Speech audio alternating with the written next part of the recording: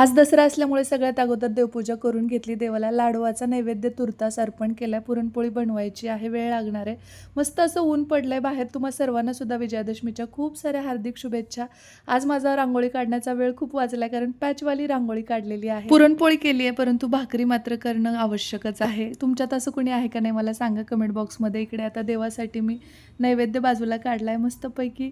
पूर्ण सागर संगीत असा पुरणपोळीचा स्वयंपाक, त्यावर तुळशीपत्र आणि तुपाची धार आणि देवाला नैवेद्य अर्पण केला. पिल्लू उठले, ती म्हणत होती मला पण कुंकू लाव म्हणून. आणि इकडे आता सायंकाळची वेळ आहे. मी देवाला सांजवात केली, तोपर्यंत आईने इकडे दिवे मुटके करून ठेवलेत, कारण की औक्षण करण्यासाठी. मी सुद्धा साडी नेसून तयार झालेली आहे. स्त्री केव्हाची वाट बघत होता बाबांची कधी येतात. पिल्लू सुद्धा तयार झाली आहे, किती क्यूट दिसते बघू शकताय.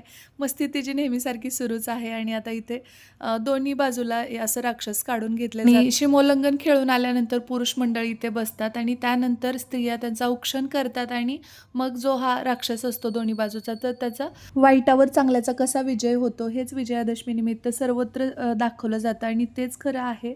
पण आमच्या भागात तर अशा पद्धतीने हे साजरं केलं जातं.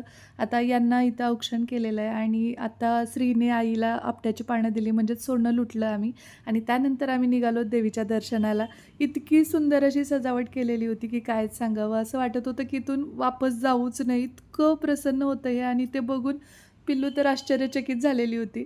आणि डेकोरेशन तर सुंदर आहे, त्यापेक्षा सुंदर दर्शन घेताना असं वाटत होतं की तुझं पाहता सामोरी दृष्टी न फिरे माघारी.